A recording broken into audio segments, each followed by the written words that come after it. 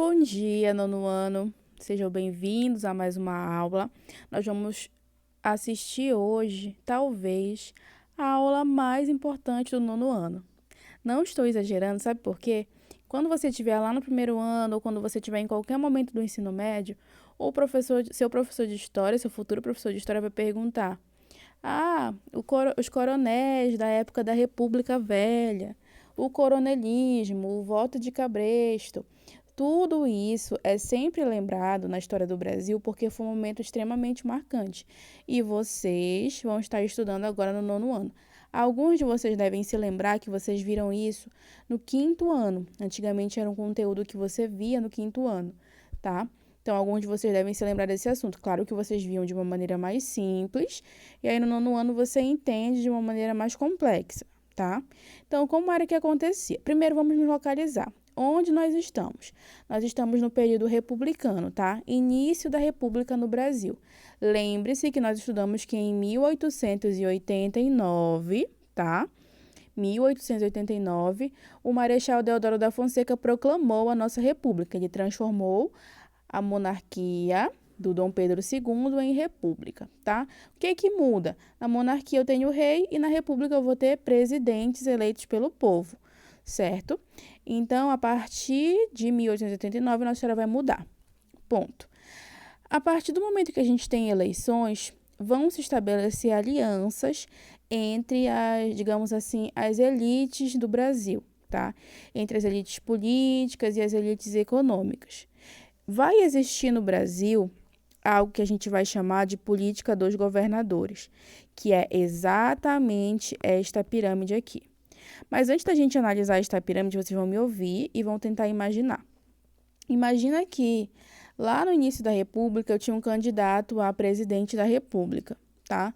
Tinha o João, sei lá, o João do Açúcar como candidato a presidente da República. Aí o João, ele ia, para conseguir se eleger, né, com uma boa quantidade de votos, ele ia fazer acordos com os governadores de Minas e São Paulo. Ai, tia, por que Minas e São Paulo? Porque Minas e São Paulo eram os maiores estados no sentido de eleitores, tá? Então, os estados com maior número de eleitores eram antigamente Minas e São Paulo. Creio que São Paulo até hoje, tá? Com certeza São Paulo até hoje, porque é o estado que tem mais habitantes. E aí, ele, esperto, né, ia fazer acordo com os governadores dessas cidades. Ia falar assim: pessoal, amigos, eu tô querendo me eleger presidente da República e eu tô precisando do auxílio de vocês. Preciso que vocês agilizem alguns votos aí para mim no estado de vocês. Aliás, preciso que vocês agilizem todos os votos aí do estado de vocês. É claro que esse candidato a presidente também ia falar com outros estados que tivessem um bom eleitorado para poder garantir a sua eleição, tá? E aí os governadores, tendo aceitado o acordo com o futuro presidente, iam contactar os coronéis do seu estado, tá? Por que os coronéis? Porque os coronéis, eles eram aqueles grandes proprietários de terra, eram como se fossem grandes fazendeiros que comandavam municípios, comandavam regiões, comandavam povoados. Esses coronéis, eles tinham bastante influência na região deles, então eles conseguiam cooptar, eles conseguiam pegar bastante votos. Por quê? Porque esses coronéis, ao longo da sua vida, eles construíram uma relação, veja bem, eles construíram uma relação de clientelismo com a população ali daquela região. Eu vou já explicar para vocês o que é esse clientelismo, tá? E aí, como eles tinham essa relação com a população, eles conseguiam fazer com que a população votasse no candidato que eles escolhessem. Então, olha a viagem, olha o caminho, olha o itinerário que esse voto fez. Primeiro, o candidato a presidente falou com os governadores. Depois, os governadores falaram com os coronéis. Depois, os coronéis falaram com a população. Tá? É claro que entre os coronéis e a população, a gente tinha mediadores. Como vocês viram no vídeo que eu enviei a aula passada, esses coronéis, eles tinham os cabos eleitorais, que eram pessoas que entravam em contato direto com a população em nome deles, certo? Mas vamos colocar aqui só coronéis e população, que vocês já vão entender que os coronéis tinham os funcionários deles. certo? Então, ó, candidato a presidente, governadores, coronéis e população. O que o governo federal oferecia para os governadores? Verba. No livro de vocês está apoio, mas entendam como verba, tá? Verbas, dinheiro. O que os governadores ofereciam para os coronéis? A mesma coisa. Verbas, dinheiro, cargos importantes, apoio, no geral. E o que os coronéis ofereciam para a população? Praticamente nada. Como era essa relação entre os coronéis e a população? Era assim. Ao longo da sua vida, os coronéis ajudavam as pessoas de algumas formas. Por exemplo, ajudavam uma família a conseguir um emprego, ajudava outra família a conseguir construir sua casa, ajudava uma outra família com cesta básica, ajudava uma outra família comprando remédio, ia fazendo pequenos favores para a população local, e aí ele ia construindo a imagem dele de homem poderoso e de homem respeitado, tá? Então, havia essa troca de favores entre o coronel e a população, no sentido de que os coronéis faziam esses favores e, quando chegava o período de eleição, a população retribuía votando no candidato que ele mandava. Então, essa é uma relação de clientelismo entre a população e os coronéis. Os coronéis faziam favores à população e a população retribuía votando. Quando esses favores não funcionavam, ou seja, quando mesmo assim a população não votava no candidato do coronel, o que ele fazia? Ameaçava. Porque ele tinha armas e tinha um poder de fogo, né? Então ele poderia ameaçar a população, ameaçar demitir, ameaçar matar mesmo. Era assim que funcionava no início da nossa república, certo? Aí vocês podem me perguntar, tia, na hora da eleição lá, como é que o coronel ia saber em quem aquela pessoa votou? Ele ia saber por meio dos funcionários dele que ficavam vigiando as zonas eleitorais. E também porque naquela época o voto era aberto. Então você chegava e você falava em quem você votava. Não é que nem hoje que o voto é secreto, tá? Nessa época, a partir da Constituição de 1891, o voto é aberto. E isso é uma vantagem muito grande para os coronéis, porque eles podem estar fiscalizando se a população ali da região dele está cumprindo o acordo, certo? É algo um pouquinho complexo, mas quando você entender, você consegue explicar, você consegue facilmente colocar essa resposta em prova do que eu expliquei para vocês. É só você ter em mente essa relação.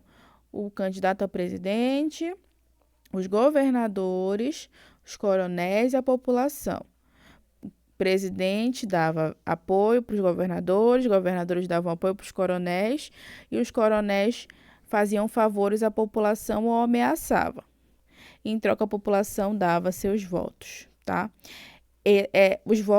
Os votos da população, eles poderiam funcionar tanto para eleger o presidente quanto para eleger os governadores ou outros políticos que fossem do interesse dos coronéis, certo?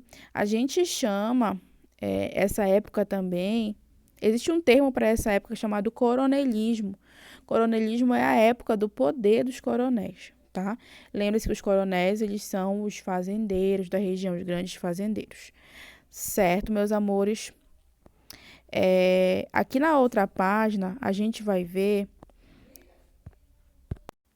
temos a explicação do coronelismo, que eu já falei para vocês, que é esse poder que os coronéis tinham sobre a população, e o clientelismo, que é a relação população e coronéis, tá? Olha esse textinho aqui que é maravilhoso. Esse que tá, nem sei qual é essa cor, acho que é um verde. A denominação República dos Coronéis refere-se aos coronéis da antiga Guarda Nacional, que eram, em sua maioria, proprietários rurais.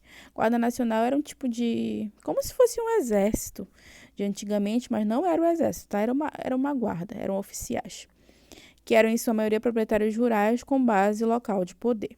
Do ponto de vista eleitoral, o coronel controlava os votantes, ou seja, aqueles que votavam, em sua área de influência.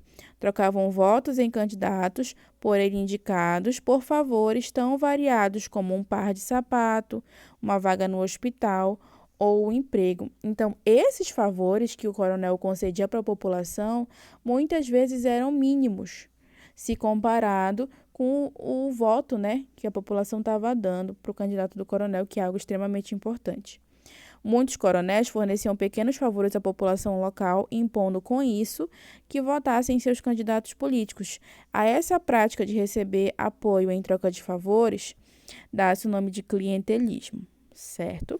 Aqui ao lado temos o voto de cabresto, que é o nome dado a esse voto que a população dava em troca de favores que os coronéis faziam, tá?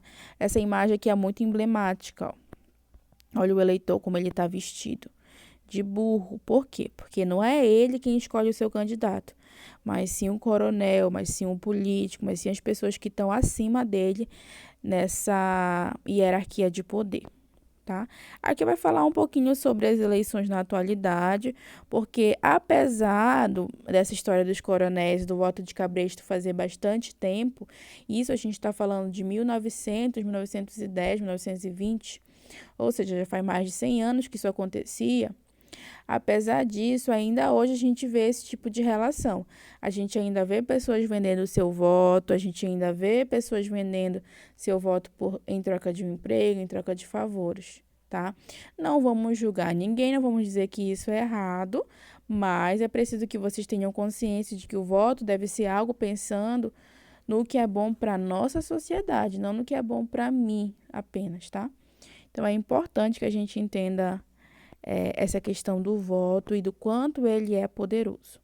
Ok, meus amores, então é isso. Na aula anterior, eu deixei uma aula para vocês, um vídeo que não era meu, mas que era muito legal, porque ele mostrava, né, como é que funcionava realmente o poder de um coronel e mostrava tudinho como é que ele fazia essa questão do voto, que muitas vezes a pessoa do interior, né, a população que estava fazendo favor de votar no candidato do coronel não sabia escrever. Então, ele aprendia a escrever pelo menos só o nome para poder comparecer à eleição, para poder tirar o título de eleitor. Porque nessa época aqui, só votava quem fosse alfabetizado. Homem maior de 21 anos, alfabetizado. Então, era preciso que essas pessoas soubessem escrever, o coronel mandava alguém fazer todo esse trabalho da pessoa aprender a fazer o nome, pelo menos. Muito interessante aquele vídeo. Quem ainda não viu, se puder ver, veja. Bom, é isso, meus amores, tá? Qualquer dúvida podem me perguntar. Então, o tema de hoje foi essa política dos governadores, o coronelismo, o clientelismo, o voto de cabresto. Tem algo que eu esqueci de falar para vocês aqui, mas que está aqui na parte de baixo do livro de vocês, que é a política do café com leite. Lembra que eu citei São Paulo e Minas Gerais? Pois é. São Paulo e Minas Gerais, como eu já havia dito, eram os maiores eleitorados. Então, eles tinham bastante poder nessa época no Brasil. E chegou uma época que sempre se alternava no poder um presidente dos paulistas e um presidente dos mineiros, um presidente dos paulistas e um presidente dos mineiros, tá? Por quê? Porque eram dois estados poderosos. Essa alternância na presidência entre São Paulo e Minas Gerais ficou conhecida como política do café com leite. Política do café com leite, porque São Paulo era um grande produtor de café e Minas Gerais era um grande produtor de leite e seus derivados. Por isso que ganhou esse nome. Mas tenham em mente que a política do café com leite é a alternância na presidência de candidatos de Minas e São Paulo. Por quê? Porque eram os maiores estados, tinham um grande poder econômico, um grande poder eleitoral. Certo, meus amores? Agora sim, beijos, até a próxima aula.